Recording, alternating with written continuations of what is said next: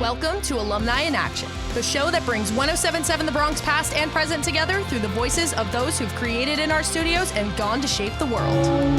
Leaders, creators, innovators, and changemakers.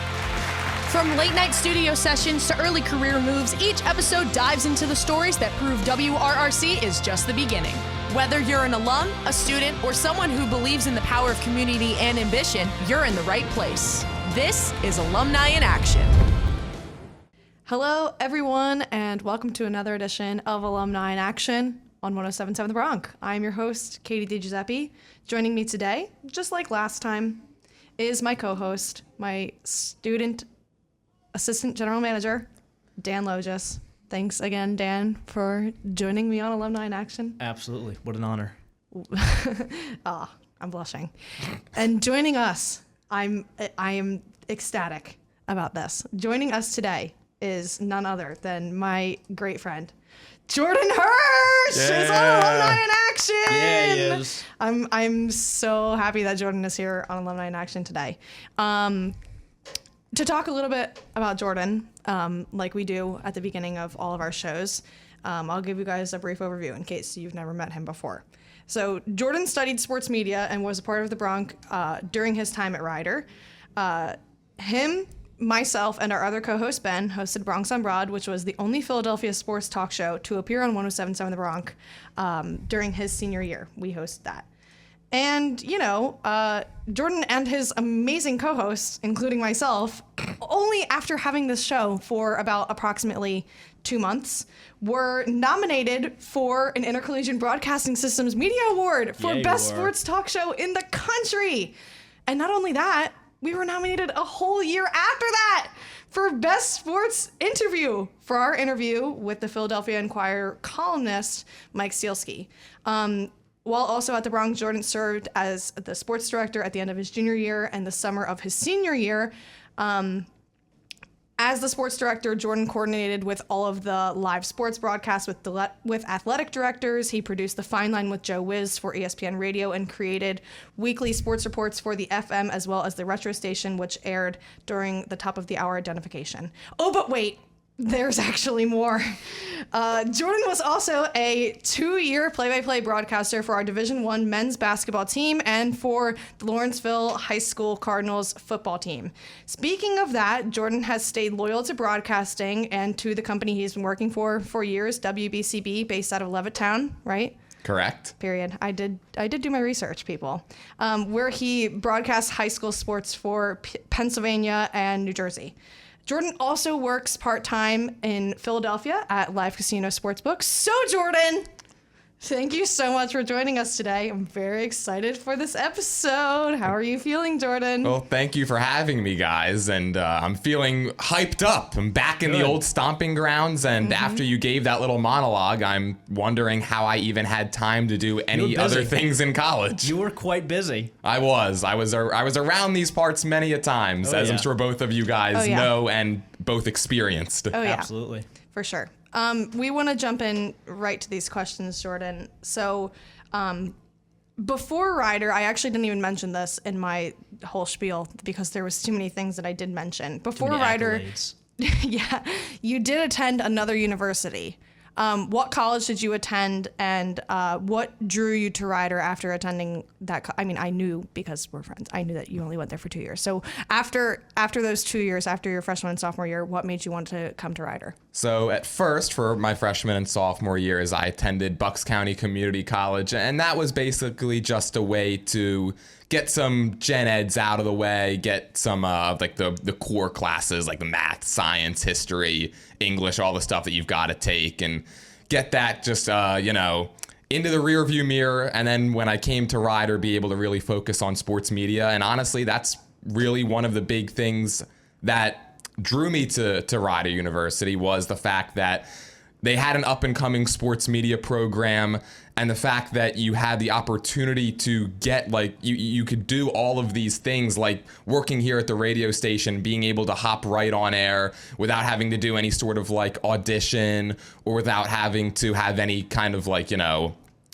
prior experience That was one of the big things that drew me to the school. Obviously, the radio station and the ability to just be able to hop on air, to be able to work on my craft, whether it be in play-by-play broadcasting or sports talk radio or producing, doing stuff behind the scenes. The opportunities here were plentiful. I knew that coming in, and that is what I would say was the biggest thing that drew me to the school. Yeah, I mean, I think that's all, good stuff. And so one of these many opportunities that you were given has been previously mentioned. And so as the one outcast here, I would like you to, tell me a little bit about this elusive Bronx on Broad, this award-nominated, talk show. What was the show about, and what did it teach you about, being an on-air personality? Well, so like Kadie mentioned, Bronx on Broad, it was the first and I believe still only, right, Philadelphia sports talk show that is aired on 107.7 The Bronc. And it was myself, Kadie, and our friend Ben Chenault. We hosted it. We did it for an hour the first semester in fall of 2024. Realized that 1 hour a week wasn't nearly enough time. Decided to up it to 2 hours for the spring semester. And I think it's something that formulated, one, because the three of us were all very good friends, and two, because the three of us were the biggest self-dubbed Philadelphia sports fans at the radio station. Sure. We thought, you know what, we just had to do this show. And the gist of the show is just to be like a regular Philadelphia sports talk show. Mm-hmm. The three of us, we grew up listening to either 94 WIP or 97.5 The Fanatic, the two major Philadelphia sports talk show stations in the city. And I think that we all just kind of gravitated towards that style of media. Where we were all avid listeners when we were younger, probably all still are. I know that I am. Mm-hmm. And we wanted to experience that for ourselves and use Bronx on Broad sort of as a platform to just grow our brand and learn a little bit more about what it takes to succeed in the world of sports talk radio, especially in a city like Philadelphia where sports talk radio, it's king.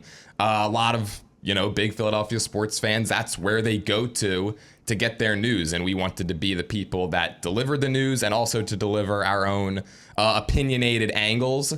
So the show was essentially me, Ben, and Kadie for 1 or 2 hours just talking about Philadelphia sports or any other things that came to our mind. Yeah, it was 95% Philadelphia sports, 5% us just, I don't want to say goofing off, but being friends and having that friendly banter. And I think what it taught, at least me personally, is about how to not only have an opinion, because everybody has an opinion on sports. Every sports fan has certain things that they believe or don't believe, but how to then convey that to an audience, one, so that it makes sense, mm-hmm. and two, so that it's entertaining. Yes. So if you want to say, I'll use this example, if you want to say Aaron Nola, Phillies pitcher, stinks, mm-hmm. Sure, a lot of people are going to say he stinks. Why? Can you support that with facts? Can you support that with statistics? If you want to say Aaron Nola stinks, can you take it a step further? Well, what should they do with him? Should they put him in the bullpen? Should they call somebody else up? Should they try to make a trade? Support all of that. Support all of your opinions with facts. So it's not just you blabbing stuff into a microphone. Yes. The importance of statistics and the importance of backing things up with factual information and learning how to do that in an effective and still entertaining way was probably the biggest thing that I took from my time at Bronx on Broad. Yeah, Jordan. And you also, I know from broadcasting with you, love statistics as well. So going off of Bronx on Broad, I am curious to know maybe what was a difference, like a really key difference that you learned between broadcasting an on-air show with me and Ben like Bronx on Broad and then going to broadcasting a Division I men's basketball game. What were the two different, because you're still live on the air for both of them, but what maybe was like a key difference that you learned from doing both of them? So honestly, I would say the key difference is your on-air presence, because a lot of the statistics, that comes from research. Yep. That comes from putting in the work behind the scenes before, hours before you go on air, finding stuff that would be interesting to say, writing it down, and then being able to deliver it when you're actually on the airwaves and doing a live broadcast. But the biggest difference between Bronx on Broad and sports talk radio, and then hopping on air and calling a Rider men's basketball or a Lawrence Cardinals football game. It's honestly all about how you carry yourself on air and your on-air presence. So on Bronx on Broad, the biggest thing is obviously you're trying to be entertaining. You're trying to be entertaining in both. But when it comes to Rider men's basketball or doing play-by-play for any sport, the biggest thing there is the listeners. And when you're doing play-by-play on radio, obviously the people that are tuning in, the people that are listening to your broadcast, they can't see what's going on. So you have to kind of be an artist with your words in a sense, and you have to be able to paint the picture so that anybody who's listening to the game can visualize what's going on. So Bronx on Broad, you're getting your stats out, you're getting your information, your opinions, and you're getting all of that out there and on the table. But the main focus when it comes to broadcasting is, okay, what is the most important thing for the listeners to hear? So if you're talking about basketball, the most important thing is the score of the game, how much time is left, where you're at, building your storyline. What does this game represent? Does Rider need this game to get into the tournament? Are they on a 3-game win streak? Would a 4-game win streak be the longest of the season? And really focusing on not necessarily more basic information, but again, the things that are more important to the listeners. And then when you're describing the game, it's the same idea. Who has the ball? Where is the ball? Where is the ball going? Is Mervyn James driving the lane? Is Tyreek Weeks spotting up in the corner for a 3? Is Alan Powell at the free throw line getting ready to shoot 2? Oh. And yeah, I'm bringing up some old Bronc lore here. And I wasn't even there for that. Yeah, Dan's like Alan Powell. Who the heck is that? now we're so far away from my time. Back when the dinosaurs roamed the earth, Alan Powell attended Rider. That's what it's sounded like to me. So to answer your question, essentially the biggest thing is understanding what's most important when it comes to sports talk and what comes to play-by-play, and what's the biggest thing that the listeners want to know about. Yeah, period. So it's something that you definitely have touched on, but I'm wondering, and maybe it is for broadcasting, maybe it's something different, but what would you say is the most valuable skill that you've taken out of your time here at the Bronc and then just at Rider in general? So whether that has to do with broadcasting or maybe it's something completely different, but what is just a skill that you still, live with today? One word: communication. That's something that anybody here who works at the Bronc or has been around the Bronc knows that it's a focal point of anything that gets done here, and it really does translate out into the real world too. So obviously I learned a lot about radio, and I learned a lot about broadcasting and hosting a show and producing and all that good stuff that goes on, like the meat and potatoes of radio. But the biggest thing, honestly, that I took from my 2 years here is learning effective communication and just the overall importance of that in any aspect of life. Whether that be in a job, in one of my radio or play-by-play jobs that I do now outside of Rider, or even like Kadie, you mentioned, like I also work down at Live Casino in Philadelphia, and that's more like a temp job, I guess. But the importance of communication there too, because you learn a lot about just the hierarchy, I guess, of how a business runs. You've got your employees, you've got your supervisors, like your exec staff here, and you've got your boss, your general manager, whether that be obviously you, Kadie, as a student GM. John Moses was a key contributor in teaching me a lot about effective communication. That's the biggest thing that I've been able to take from my time at the Bronc, and that I think is what has allowed me to succeed the most, just being able to communicate with whether it be different coworkers or different supervisors or bosses at any position that I've held. That's what's allowed me to succeed as much as I have and hopefully will be able to do in the future, because that's the biggest thing that I take from being here at the Bronc is communicate. It might not be easy. You got to do it, because when you get into the real world, that's going to be the number one thing that you got to know how to do, is just communicate effectively. I'm very glad you said that, Jordan, and I hope that y'all listening, that especially y'all Bronc workers, you guys know how it be. So Oh, yeah. you guys know how it be when it comes to the communication. To end off our first segment, Jordan, I want to end with kind of a more fun question. Not that all of those questions weren't fun, but I've had a lot of fun actually through the first 4 questions. I'm so glad. Yay. Yes. But I believe that you'll also have fun with this question.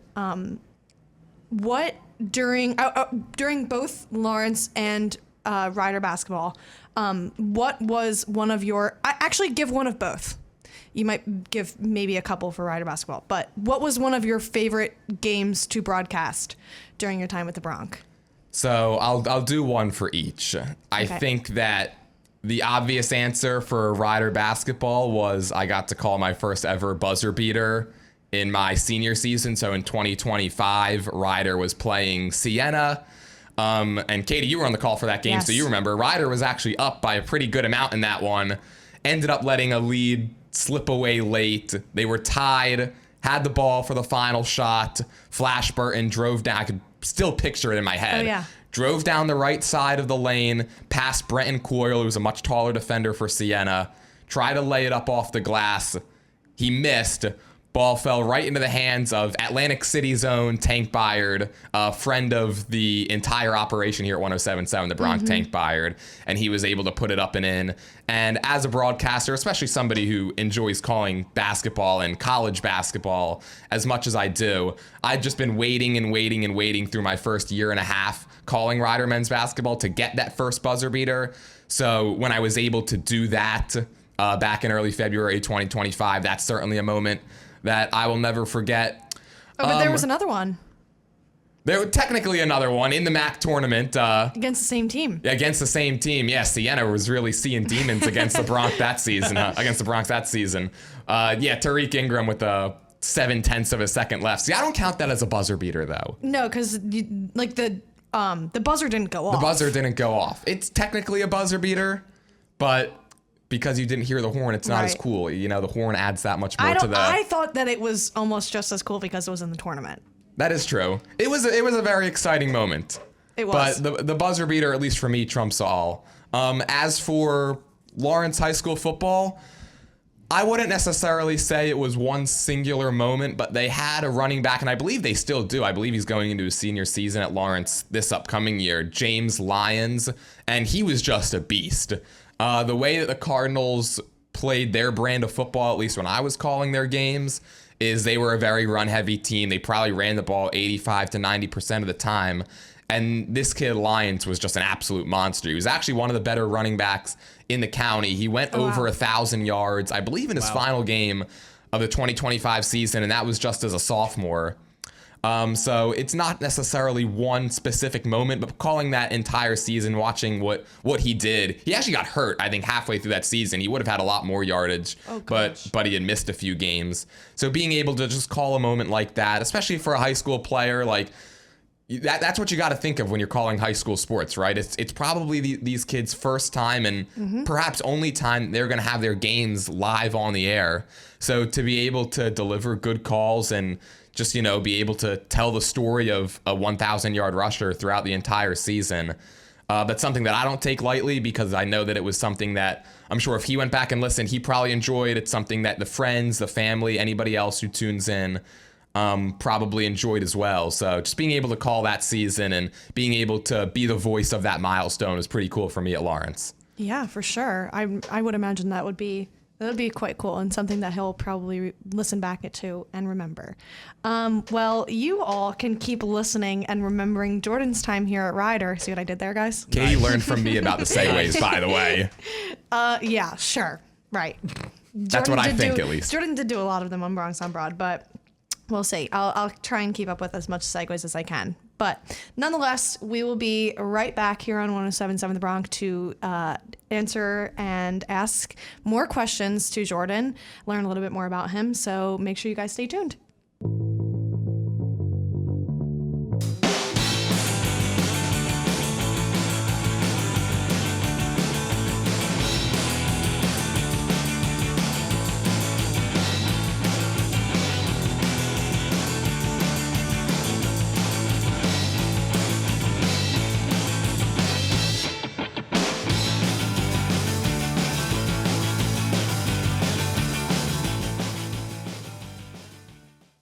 Welcome back, everybody, to Alumni in Action. This is the second half of today. I'm your host, Dan Lotus, joined by my co-host, Kadie DiGiuseppe. And we are, broadcasting our good friend Jordan Hirsh here as well, asking some questions, all that good stuff. And we're finding out so much about you. So thank you again for joining us. Always exciting. So there's a story that you posted about where a player ended up coming up to you after a broadcast and was talking to you about how invested and energetic that you seemed about, doing this broadcast. And so how does hearing something like that just shape how you move forward? If you want to give more context to the story, because that seems like a huge honor to hear about. So if you want to, tell a little bit about that. Well, first of all, credit to you guys digging into my LinkedIn to Yeah, find questions It was to Dan. ask. It was Dan. I did. It was Dan. Yeah, so this was last high school basketball season. Like Kadie mentioned, I call games for WBCB Sports, which is a local radio station based out of Levittown. We call high school sports in Bucks and Mercer County: football, basketball, baseball, softball, lacrosse, soccer, anything that goes on in the world of high school sports, we broadcast. And so this past season, I was put on Trenton basketball and called a lot of their games. They were a very good team, by the way. And one of the players, his name is Stalin Hernandez. He was a senior, so he just graduated. He's headed to Seton Hall. He's a multi-sport athlete, and he was kind of a sixth man for Trenton. He wasn't in their starting lineup, but he would play probably 75 to 80% of the game. And he came up to me after one game where he actually started against Hopewell Valley, and he caught me as basically right as we were about to leave. We were already broken down and we were kind of heading out the door. And he stopped me and he just was talking about, because he's somebody I think also who wanted to get into sports media, and it was something that intrigued him.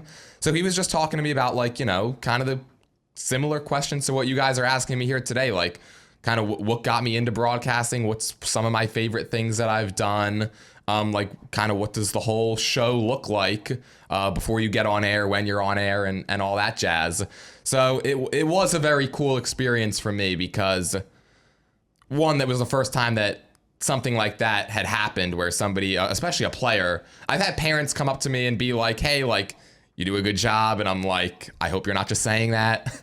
But to have a player come up and be like, yeah, I go back, I watch all the broadcasts after when I do film sessions and are breaking down different films from past games, to have him come up to me and be like, hey, I'm interested in what you do and kind of what your job is, because I'm interested in getting into this field. It was something really cool for me, just because ever since I started out broadcasting, and honestly, the reason I wanted to get into broadcasting was because when I was younger, broadcasters of my generation, they really helped make me into the sports fan that I am today.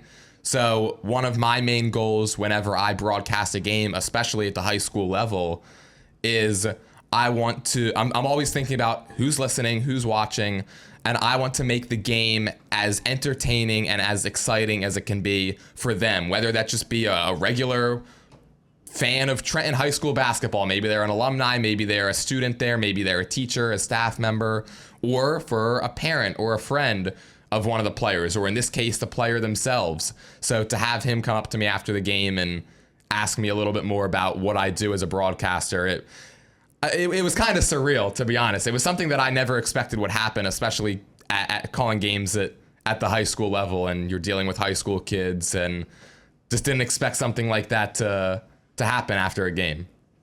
Yeah, but I mean, that's great, and I hope that continues to happen to you, Jordan, because all of us here are obviously biased because you did work here, but we think that you're a pretty good broadcaster. I don't know, you're all right. I'm just all right. Yeah, you're fine. Yeah, we keep you around. I mean, we just asked you to come on Alumni in Action because, yeah, it's just whatever. 5 out of 10. Yeah. Got the job done. We just asked you because you live close. No,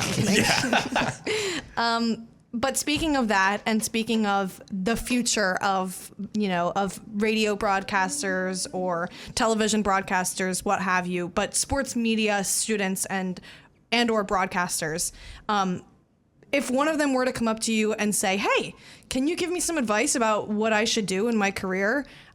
What would you say to them if somebody is asking you, what is your biggest piece of advice that you have learned during your time here at the Bronc and then being with WBCB, just in broadcasting overall? What have you learned? Two big things, especially because I think you're coming from the perspective of, like, say, a high school student or a college student. Yeah. Am I correct? Yeah, someone younger, somebody that's looking to, like you said, looking to get into the field. So number one is get involved wherever you can. That's something that's definitely big in any school with sports media, but especially here at Rider, right? You have so many opportunities in front of you just here at the school itself. Walk into the radio station, say you want to get involved in doing anything sports media related, whether that be broadcasting or getting on a sports report or hosting your own show. Just make sure that you're getting the real life reps, because you can think that you could be such a great broadcaster or such a great host or producer or what have you, but being able to get those actual, like, real world reps, that's something that's invaluable. And that's something that I think every sports media student, especially here at Rider, where they have the opportunity to get involved from day one, that's something that I think everybody should be doing if you're in this field. Number two, once you do complete that task and you do get involved, don't take anything that you do lightly. Don't take your prep lightly. Don't take building relationships lightly. Don't take whatever you do on air lightly. Like, I get it. You're not going to be, nobody performs at 100% all the time, every single day, 24/7. But making sure that, you know, you're coming in here, whether it be at the Bronc or anywhere else in the world of sports media, and you've got your goal and you've got your list of things that you want to achieve. Like, for me personally, I always wanted to be a better broadcaster when we called our last game at the MAC tournament than I was on opening night. And so something that I would do is I would just go back and listen to any games that we did, and I would critique myself, and I would say, okay, these are some of the things that I want to work on either in the next game or in future games down the line, and these are some of the things that I thought that I did pretty well, and these are the things that I want to focus on and be able to continue. So once you do get involved, be goal-oriented, have that drive, have a set thing that you want to achieve, whether it be at the end of a game or at the end of a sports report or at the end of a show, or think in the long run, at the end of a season, at the end of a school year, at the end of a semester, and put in the work to be able to achieve that goal, or at least be able to, if you don't achieve that goal, you want to be able to say, well, maybe I didn't get all the way to the finish line, but like, by gosh, I did the best work that I could. And now I can say that I'm a better broadcaster or sports media professional now than I was 24 hours ago, a week ago, 2 weeks ago, a semester ago, what have you. Yeah, and before you ask your question, Dan, I know you have one, but the biggest, at least, thing that Jordan taught me when the two of us worked together and when we were both here at Rider and at the radio station was how to take criticism. Because me, Jordan, and Matt, at least, well, I should say Jordan and Matt set that precedent, I think, with me very early, and thank God that they did that, because they were like, you know, we're going to listen back to these games and we're going to critique and we're going to get better by, like you said, from opening night to the very last game in the MAC tournament. Jordan so graciously would listen back to every single minute of all of the games and would literally write down notes of exactly what should be happening and what should not be happening, and when we did good and when we did not do good. And thank God for that, because that, without having to hear those things from Jordan, who is my friend and someone who I respect, I don't know if I would have grown as much as I did throughout that season. And it especially helped me because we started off in Coppin State and I couldn't eat anything all day because I was so nervous about what I was getting myself into that, you know, I just wanted to go in the air with my two friends and sit courtside at the basketball game because that's cool, right? But I really had no clue what I was doing. So thank God for Jordan and for, you know, kind of giving me that, leisure almost to mess up and then being able to hear how to correct it. I think that he also did a great job of, you know, me, Ben, and Jordan we would hang out outside of Bronx on Broad. So when we got the time to actually talk about, oh, that was a really great episode. Oh, maybe we should do this time. Or maybe we shouldn't do that again. Maybe we should try this instead. Or the next time we talk about this, we need to add this in there. Like the three of us being able to all work together, I think was something that also just, it taught me how to be better on-air personality, be a better interviewer. for this. And so at least that's what I learned from Jordan. So low-key glazing him right now, but we're going to move on to Dan's question. You're like, that's enough Jordan good stuff to say about him, right? Let's get to Dan. Let's get to Dan's question. Please do. I think that's a great segue, though, because I think that's probably a big challenge that a lot of broadcasters will face, which is, how do I improve myself? How do I make myself, better on air? It's a challenging skill to get behind a microphone. And when you talk about, painting the picture for people that can't see it, because if you're just listening through audio, I think that's a big challenge. And I think you gave a lot of good advice as to how you really overcome that with, listening back to stuff. So would you say that was one of the biggest challenges that you faced, like prior to, all the stuff you've done after, like in the beginning, would you say? Yeah, that's definitely one of the bigger challenges that I faced because like Kadie mentioned, you got to be open to criticism, but nobody enjoys hearing it. Right. Right?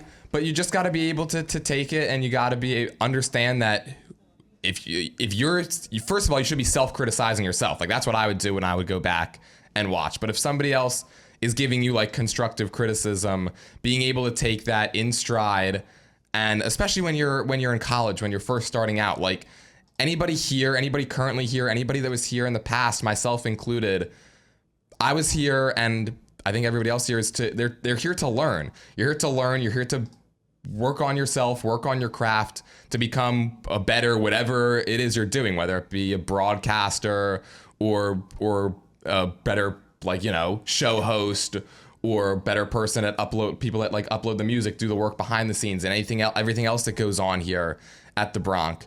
So yes, it was one of the tougher things because you also, at least for me personally, when I would go back and listen to broadcasts, it's having that ear to be able to be like, okay, so like anybody else who's not a play-by-play broadcaster probably is going to hear this one word or one sentence or one phrase that I use during a game or one call and just think nothing of it. But for me, I'm like, ooh, that sounded really good.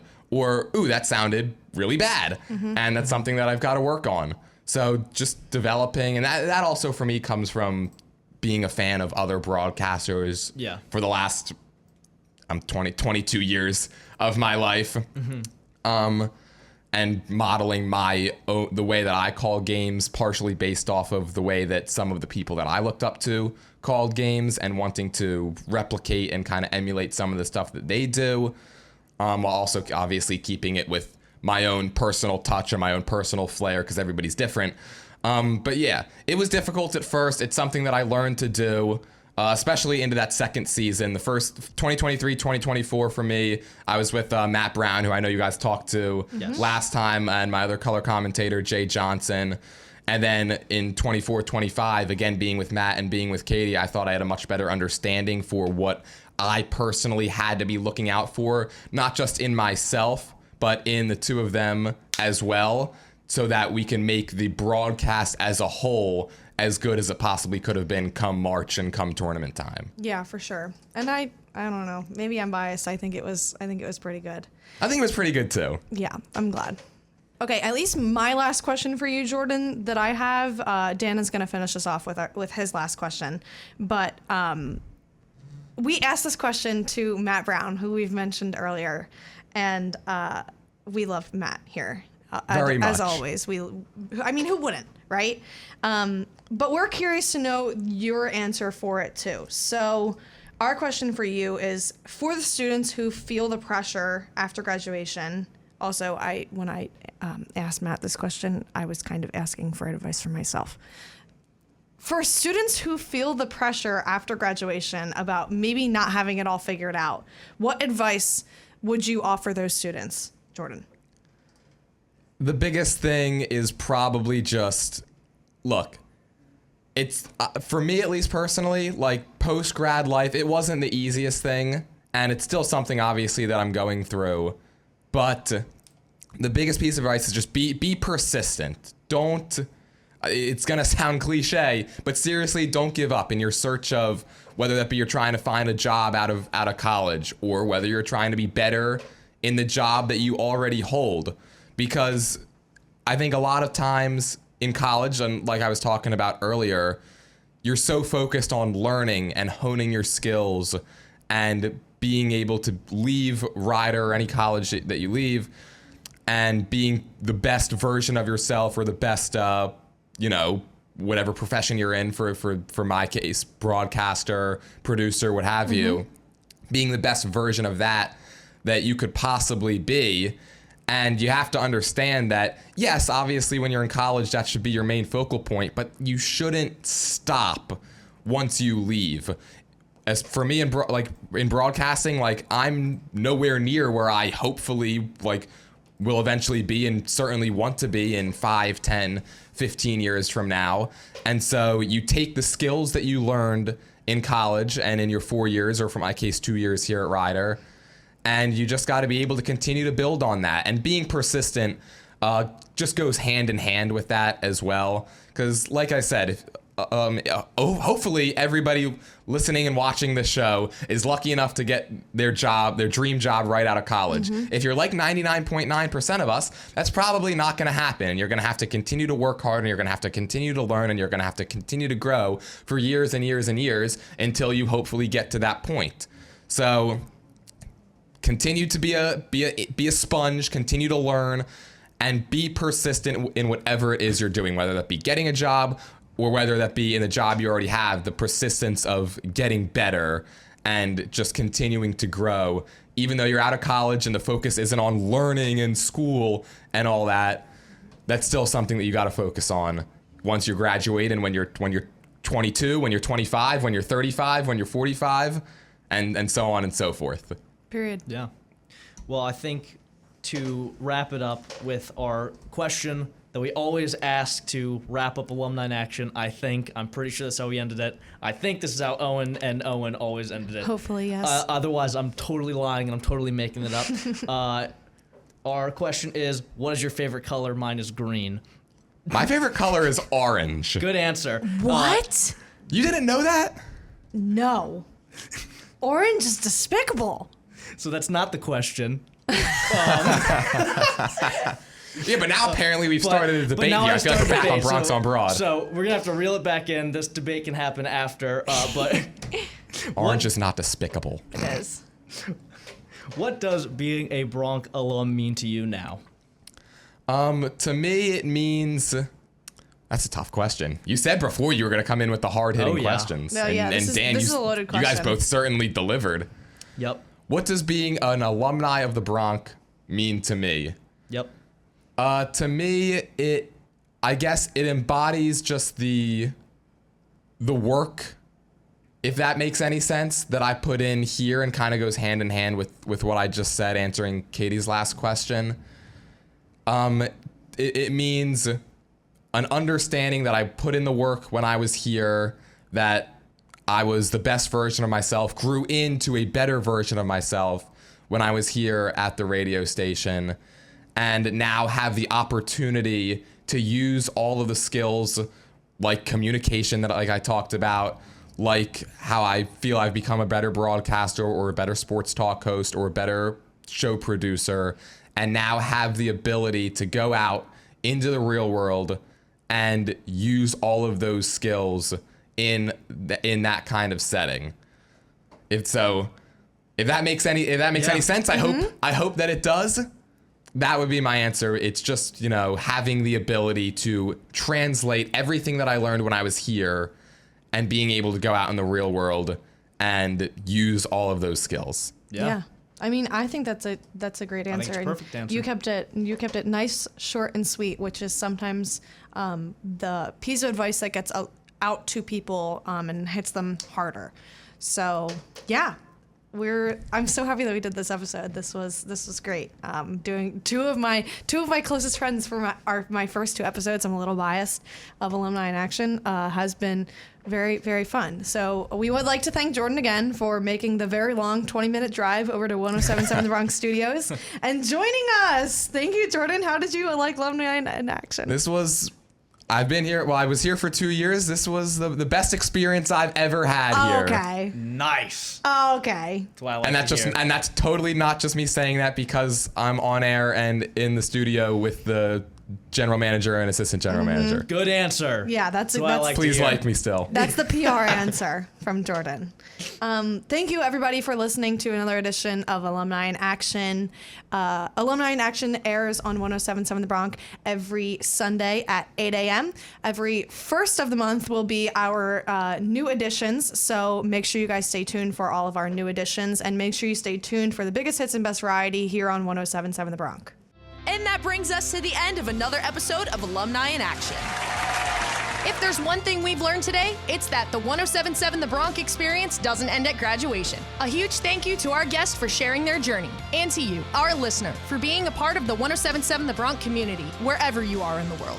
If you like what you heard, you can visit 1077thebronc.com/alumni-in-action as a way to listen and watch the show on your favorite podcasting platforms, including Spotify, and on our YouTube channel. Until next time, keep chasing your goals, honoring your roots, and taking action. Because once a Bronc, always a Bronc.